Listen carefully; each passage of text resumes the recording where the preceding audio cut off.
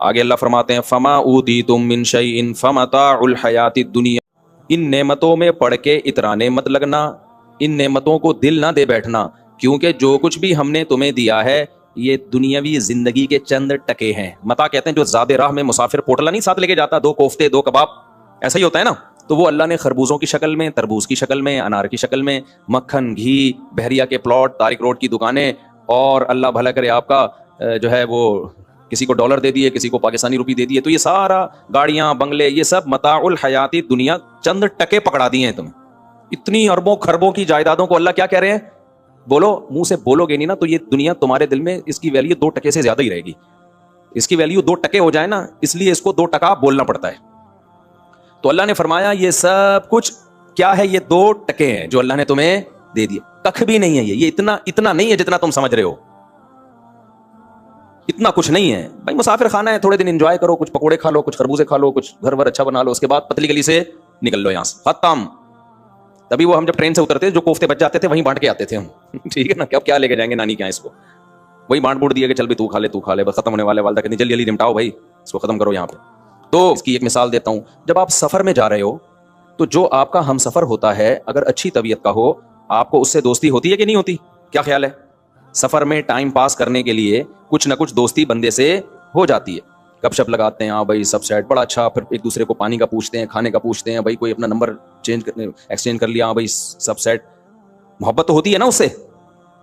اب آپ بیٹھے ہوئے ہو، آپ کا دوست بھی سامنے بیٹھا ہوا ہے، آپ کا ہم سفر یہ ہے، آپ کے دوست کے ساتھ ایک اور بندہ بیٹھا ہوا ہے، اس کی دوستی اس سے ہو گئی، دونوں کی دوستی ہو گئی، آپ کی اس سے، اس کی اس سے ہو گئی، یا چلو ایک ہی بندے سے آپ دونوں کی دوستی ہو گئی۔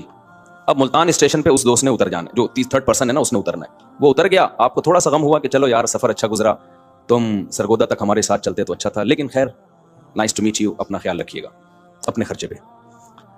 آپ کا جو دوست ہے نا دوسرا، وہ دھوڑے مار مار کے رو رہا ہے کہ ابے یار ہم نے 12 گھنٹے اکٹھے سفر کیا اور مجھے تم سے محبت ہوئی 12 گھنٹے میں، اب مجھ سے برداشت نہیں ہو رہا، تم جا رہے ہو؟ کیا واقعی تم جا رہے ہو؟ ریئلی ہے بھائی؟ وہ کہے گا ریئلی آئی ایم گوئنگ۔ آج کل تو انگلش میں چل رہا ہے، اردو میں تو چل ہی نہیں رہا کچھ۔ یار واقعی تم جا رہے ہو؟ انگلش بھی تم اتنی اچھی بولتے ہو یار، یہ تو مجھے پتہ ہی نہیں تھا۔ آپ پھوٹ پھوٹ کے رو رہے ہو، پھر آپ کہہ رہے ہو میں بھی جاؤں گا۔ اب آپ کا دوست پکڑ رہا ہے، کیا کر رہا ہے بیٹھنا یہاں پہ، کیوں اتنی محبت کر رہا ہے؟ تو وہ آپ کو جواب میں یہ کہتا ہے کہ دیکھو 12 گھنٹے میں اتنا نائس پرسن ہمیں ملا اور اتنی اچھی اس سے گپ شپ ہوئی، تو کیا محبت نہیں ہوگی؟ آپ کہو گے ہوگی مگر اتنی زیادہ نہیں ہوگی۔ کمبخت تجھے پتا تھا یہ ملتان اسٹیشن پہ اترے گا اور تو آگے سرگودا جائے گا، ٹائم پاس کر، بیٹھا ہوا ہے ساتھ میں، گپ شپ، ہیلو ہائے، انجوائے، اس کے بعد چل بھائی تھوڑا سے زیادہ فری کرانے کی کوشش کی، اس کا مطلب آپ خود بہت بڑے بے وقوف ہو۔ میں سمجھا پا رہا ہوں اپنی بات؟ تو وہ جو 3rd پرسن ہے نا، وہ بحریہ ٹاؤن کے پلاٹ ہیں، وہ ڈیفنس کے 1000 گز کے بنگلے ہیں۔ ہم جب دنیا میں سفر کر رہے ہیں تو لائف کو انجوائے کرنے کے لیے اللہ نے ہمیں کچھ چیزیں دے دی، کسی کو چنچی دے دی، کسی کو رکشا دے دیا، کسی کو لینڈ کروزر دے دی، کسی کو BMW دے دی، کسی کو 1 بیوی دے دی، کسی کو استغفر اللہ یعنی 4 دے دی، استغفر اللہ، کسی کو 2 دے دی، کسی کو بچے دے دیے، کسی کو نہیں دیے۔ آپ بولو گے بھائی سفر کا اعتبار نہیں ہوتا، انسان کے جو کتنا وزن ہے نا اس کا اندازہ منزل سے ہوتا ہے۔ بعض دفعہ غریب آدمی کو بھی کوئی امیر جب بلاتا ہے تو بزنس کلاس کا ٹکٹ بولو دے دیتا ہے۔ ہم نے بڑے بڑے اللہ والے دیکھے، ناشتہ ایسا تھا آپ کو بتاؤں آپ حیران ہو جاؤ، ایسا لگژری ناشتہ کرتے تھے، ایسا VIP ناشتہ، کھانا ہر چیز بڑی بہت ہائیجینک، لیکن ہمیں پتا تھا ان کے دل میں دنیا کی محبت بولو نہیں۔ اللہ فرماتے ہیں فما اوتیتم من شیء، جو کچھ بھی تمہیں دیا گیا ہے، فمتاع الحیات الدنیا، یہ دنیا کی زندگی کے چند ٹکے ہیں۔ کیا مطلب چھن جائیں تو ٹینشن لینے کا نہیں ہے، تمہاری بنیادی ضرورت 2 ٹائم کی روٹی ہے، سر چھپانے کی جگہ ہے، جسم کسی بڑی بیماری سے محفوظ ہو، اتنا مل گیا، لائف کو انجوائے کرو، ٹھیک ہے نا۔ آج ڈپریشن میں جا کم بخت اس چکر میں رہے ہیں، ہر آدمی کو بنگلہ چاہیے، ذاتی گھر چاہیے، اتنا بینک بیلنس ہونا چاہیے، یہ ہونا چاہیے، وہ ہونا چاہیے، اور بھائی کچھ بھی نہیں۔ نبی کی حدیث ہے 2 وقت کی روٹی پیٹ بھر کے، کیونکہ بھوک برداشت نہیں ہوتی انسان سے، 2 وقت کی روٹی۔ آج سے نا سب اپنی کھوپڑی میں کیا بٹھا لو، ہماری بنیادی ضرورت کیا ہے؟ 2 وقت کی روٹی، ایک بات۔ نمبر 2، رات کو سونے کے لیے عزت کے ساتھ سر چھپانے کی جگہ، ایسا نہ دروازے ٹوٹے ہوئے ہوں محلے والے جھانک رہے ہیں اس میں، عزت کے ساتھ سر چھپانے کی جگہ جہاں مچھروں سے اور شدید گرمی اور شدید سردی سے حفاظت ہو جائے۔ نالے پہ نہ ہو گھر، گندی جگہ پہ نہ ہو، ٹھیک ہے نا۔ تیسری چیز، جسم کسی بڑی بیماری سے محفوظ، بس چھوٹی موٹی چھینکیں، نزلے زکام ہو تو کوئی مسئلہ نہیں۔ اگر یہ کسی کو مل جائے تو حدیث کا مفہوم ہے کہ اللہ نے پوری دنیا کی دولت سمیٹ کے اس کے قدموں میں ڈال دی ہے۔ تبھی ایسے شخص کے لیے بھیک مانگنا حرام ہے، اس پر تو سب کا اتفاق ہے۔ جس کے پاس 2 ٹائم کی روٹی کا انتظام ہونا، اگلے دن کے لیے بھیک نہیں مانگ سکتا وہ، کبھی آج تو کھاؤ نا پہلے، جب کل آئے گا بھوک لگے گی تو دیکھا جائے گا۔ اور امام شافعی کی رائے یہ ہے کہ ایسے شخص کو زکوٰۃ دینا بھی جائز نہیں ہے، لیکن امام حنیفہ کی رائے یہ ہے کہ اگر وہ صاحب نصاب نہیں ہے تو زکوٰۃ دے سکتے ہیں، یعنی امام صاحب کا زکوٰۃ کے معاملے میں موقف تھوڑا نرم ہے۔ مانگنا جائز نہیں ہے اس کے لیے زکوٰۃ، وہ مانگتا نہیں ہے تو آپ دے سکتے ہیں اس کو، سمجھتے ہو کہ نہیں سمجھتے؟ لیکن امام شافعی کا موقف تو بہت سخت ہے، وہ کہتے ہیں جب 2 ٹائم کے کھانے کا انتظام ہے تیرے پاس، سر چھپانے کی جگہ ملی ہوئی ہے، کوئی بڑی بیماری بھی نہیں ہے، تو اب کیوں مانگ رہا ہے بھائی تو؟ یعنی مانگنا تو امام صاحب کے نزدیک میں ناجائز ہے، لیکن آپ دے کیوں رہے اس کو زکوٰۃ؟ وہ ضرورت مند تھوڑی ہے۔ نہیں آئی میرا خیال ہے بات؟ اور ہم سب اپنے آپ کو زکوٰۃ کا مستحق سمجھ رہے ہوتے ہیں، اندازہ لگاؤ یار بدتمیزی کی انتہا ہے یا نہیں ہے؟ لیکن بہرحال امام حنیفہ کا موقف سخت ہے کہ اس کے لیے مانگنا تو جائز نہیں ہے، مانگ نہیں رہا لیکن آپ کو پتا ہے کہ صاحب نصاب نہیں ہے، 1.5-2 لاکھ تو 52.5 تولے چاندی کی قیمت کے برابر رقم نہیں ہے، تو پھر زکوٰۃ اس کو دی جا سکتی ہے۔ تو یہ خوب سمجھ لو میرے بھائی۔ آگے اللہ فرماتے ہیں اے اللہ جب یہ دنیا 2 ٹکے کی ہے تو پھر ٹکے کا ہے کیا؟ 2 ٹکے سے زیادہ کی کیا چیز ہے؟ پھر ہم اس کو فوکس کرتے ہیں، کیا خیال ہے؟ ابے دیکھو تم جب دکان میں جاتے ہو، آپ نے کوئی چیز خریدنی ہے، دکاندار نکال کے کہتا ہے یہ دیکھیں آپ کہتے ہو ماشاءاللہ یہ کتنے کی؟ کہتے ہیں یہ تو 2 ٹکے کا ہے۔ آپ کا دل ایک دم ہٹ جائے گا نا، بھائی یہ معیاری چیز نہیں ہوگی، پائیدار نہیں ہوگی، مجھے یہ بولو نا نہیں چاہیے۔ سر کوئی دوسری چیز دکھائیں، کوئی گھڑی لے رہے ہو مثال کے طور پر، دوسری گھڑی دکھائیں، اس نے گھڑی لائی، یہ کتنے کی ہے؟ یہ بھی حقارت سے کہہ رہے یہ بھی 2 ٹکے کی ہے۔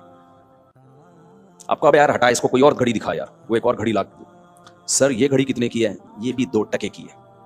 آپ کو یار تیرے پاس 2 ٹکے سے زیادہ کی کوئی چیز ہے تو دکھا دے، تو کیا خیال ہے یہی کہو گے نا؟ کیا ٹکے لگا کے رکھا ہوا ہے تو نے؟ پھر وہ اندر سے جاپانی گھڑی لے کر آیا، ڈائمنڈ لگا ہوا ہے، کہہ رہا ہے یہ 2 ٹکے سے زیادہ کی ہے، لیکن یہ اتنی زیادہ کی ہے کہ 2 ٹکے کا آدمی ایسی گھڑی خرید یعنی کوئی بزبان حال کہہ رہے ہیں آپ خود بھی کتنے ٹکے کے ہو؟ آپ خود بھی 2 ٹکے، تو یہ بہت مہنگی ہے۔ تو ہم بھی بزبان حال اللہ سے سوال پوچھتے ہیں، اللہ یہ پوری دنیا کو، سمندری جہازوں کو، نباتات کو، بحریہ ٹاؤن کے پلاٹ کو، بنگلوں کو، ڈیفنس کے کلفٹن کے 1000 گز کے بنگلوں کو تو نے تو 2 ٹکے کا کر دیا، تو اب تو بتا دے 2 ٹکے کا سے زیادہ کا کیا ہے تیری نظر میں؟ تو اللہ نے بتا دیا وما عند اللہ خیر، کہ جو کچھ اللہ کے پاس ہے جنت کی صورت میں، جو نیک لوگوں کو اجر ملے گا آخرت میں، وہ اس سے بہت بہتر ہے۔ وابقا، اس دنیا میں 2 فالٹ ہیں، ایک تو 2 ٹکے کا، دوسرا ختم ہونے والی، جو آخرت میں تمہیں ملے گا وہ زیادہ بھی ہوگا اور ہمیشہ بھی ہوگا، وہ کبھی ختم نہیں ہوگا۔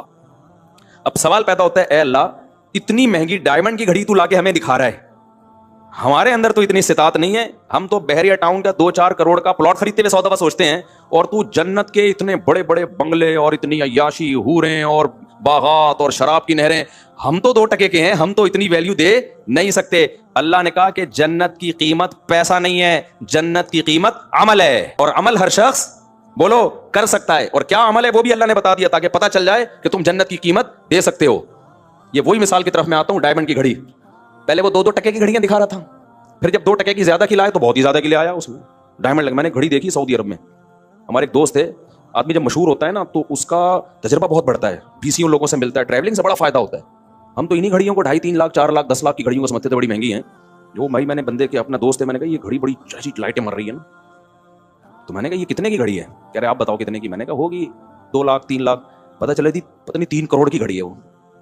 نیت خراب ہوگی نہیں ہوگی آدمی کی 3 کروڑ کی گھڑی یار، اس میں اوریجنل ڈائمنڈ لگے ہوئے ہیں۔ اس نے کہا تو سستی ہے یہ، ایکچولی یہ کیا ہے سستی، تو میں نے کہا بس کر مارے گا کیا؟ اچھا خیر، تو آپ نے وہ گھڑیاں دکھا رہا 2-2 ٹکے کی، اب وہ گھڑی لے کر آیا، آپ کہہ رہے ہو یار پہلے تو 2 ٹکے کی دکھا رہا تھا، اب جب میں نے تجھے کہا 2 ٹکے کی زیادہ سے دکھا تو 3 ٹکے کی دکھا دیتا، 4 کی دکھا، وہ کروڑوں روپے کی گھڑی لے آیا تو میں خود اتنے ٹکے کا تھوڑی ہوں جتنے کی تو گھڑی دکھا رہا ہے۔ تو یقیناً آپ کا اعتراض کیا ہوگا؟ بالکل درست کہہ رہے، کوئی درمیانی سی چیز دکھا دے نا۔ لیکن اگر وہ جواب میں کہے اس گھڑی کی قیمت پیسہ نہیں ہے، اس گھڑی کی قیمت عمل ہے، میں تمہارے ذمہ کچھ کام لگاتا ہوں، وہ کام تم کر دو، میرا ایک کام اٹکا ہوا ہے، تم گورنمنٹ کے فلاں محکمے میں آفیسر ہو، میری 2-3 فائلیں رکی ہوئی ہیں، اس پہ آفیسر سائن نہیں کر رہا، تمہارے افسران بالا سے اکثر تو ناجائز تعلقات ہی ہوتے ہیں لیکن تمہارے جائز تعلقات ہیں، تو تم کیا کرو سائن کروا دو، یہ گھڑی تمہاری ہوئی۔ اب آپ فوراً کوشش میں لگو گے کہ نہیں لگو گے؟ بلکہ آپ کو افسران بالا کو 8-10 لاکھ رشوت بھی دینی پڑی نا، آپ بولو گے گھڑی 3 کروڑ کی ہے، رشوت میں 10 20 15 25 30 لاکھ 1 کروڑ بھی چلا جائے ٹینشن لینے کا نہیں ہے۔ تو عمل ایک ایسی چیز ہے، اس کا بدلہ اگر بہت ہی ایکسپینسو ہو تو عمل اگر آپ کے بس میں ہو تو انسان اس مہنگی چیز کو حاصل کرنے کے لیے عمل کرتا ہے۔ تو جنت تو بھائی اتنی بڑی اللہ نے بنائی ہے اور اتنی مہنگی چیز ہے. اللہ نے کہا اگر اس کی قیمت ڈالروں میں لینا شروع کر دیتا تو ساری دنیا کی ساری دولت ختم ہو جاتی. جنت کی ایک مٹی کا ایک ذرے کی قیمت بھی تم ادا نہیں کر سکتے تھے. اس لیے اللہ نے فرمایا یہ جو آخرت ہے جس کی ویلیو دنیا سے کروڑہ گنا زیادہ, اس کی قیمت کیا ہے اللہ ان آیتوں میں یہ بتا رہے ہیں. اب اللہ فرماتے ہیں للذین آمنوا, اس جنت کو تم حاصل کرنا چاہتے ہو. دیکھو چاہتے ہیں نا ہم سب کا ایمان ہے بھائی, مر کے مٹی ہو کے ختم نہیں ہوتے, دوبارہ حشر ہوگا ہمارا. تو اللہ کہتے ہیں اس کی قیمت سب سے پہلے پتہ ہے کیا ہے, اپنا عقیدہ صحیح کر لو. یہ مشرک کو یہ جنت نہیں ملتی, ختم نبوت کے منکر کو یہ جنت نہیں ملتی, تقدیر کے منکر کو یہ جنت نہیں ملتی. یہ جنت جو پیغمبروں کا, اللہ کے میسنجرز کا انکار کرے اس کو یہ جنت نہیں ملتی. جو پیغمبروں کی کتابوں کا انکار کرے کیونکہ وہ اللہ ہی کا منکر ہے اصل میں, ان کو یہ جنت نہیں ملتی. سب سے پہلا کیا ہے للذین آمنوا, عقیدہ کیا ہونا چاہیے, صرف یا اللہ مدد. قبروں پہ سجدے کرنے والے, قبروں کے طواف کرنے والے اور قبروں سے مرادیں ماننے والے, ان کو نہیں ملے گی بھائی. اللہ کہے گا جاؤ دنیا میں جس سے مانگا کرتے تھے یہ جنت بھی اب جا کے اسی سے مانگو. یہ تو اللہ صاف کہہ دے گا بھائی اس وقت کیوں. وہ کہے گا اللہ میں تو اس کو وسیلہ بنا رہا تھا, تو اللہ کہے گا ابھی جا کے اسی کو وسیلہ بنا لیتا ہوں. ٹھیک ہے نا. اگر آپ نے کہا نا ایکچولی میں تو اللہ مانگتا تو تجھ سے تھا لیکن ڈائریکٹ اس تک پہنچنا بہت مشکل, تو فلاں کے کو میں نے کہا کہ میں اس سے مانگوں گا تو وہ پھر تجھ سے مانگے گا, تو اس چکر میں نے, تو اللہ کہے گا ابھی یہی کام کر لے. ٹھیک ہے نا.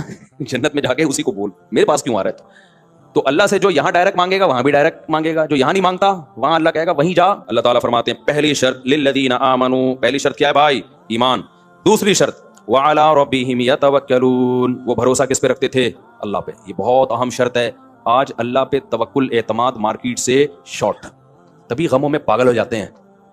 یقین ہی نہیں کرتے کوئی اللہ ہے جو ہمیں غم سے نکال سکتا ہے. خوشیوں میں اترانے لگتے ہیں, ڈر ہی نہیں لگتا کہ کوئی اللہ ہے جو ہم سے خوشیاں چھین بھی سکتا ہے. تو چوڑے نہ ہو جاؤ. حرام کی طرف کون جاتا ہے, جسے اللہ پہ توکل نہیں ہوتا, وہ اسباب پہ نظر رکھتا ہے. نسل کون روکتا ہے بچے پیدا کرنے کی, جسے اللہ پہ توکل بولو نہیں ہوتا, اس کو ڈر ہوتا ہے کہ پیدا کیا تو کھلاؤں گا کہاں سے.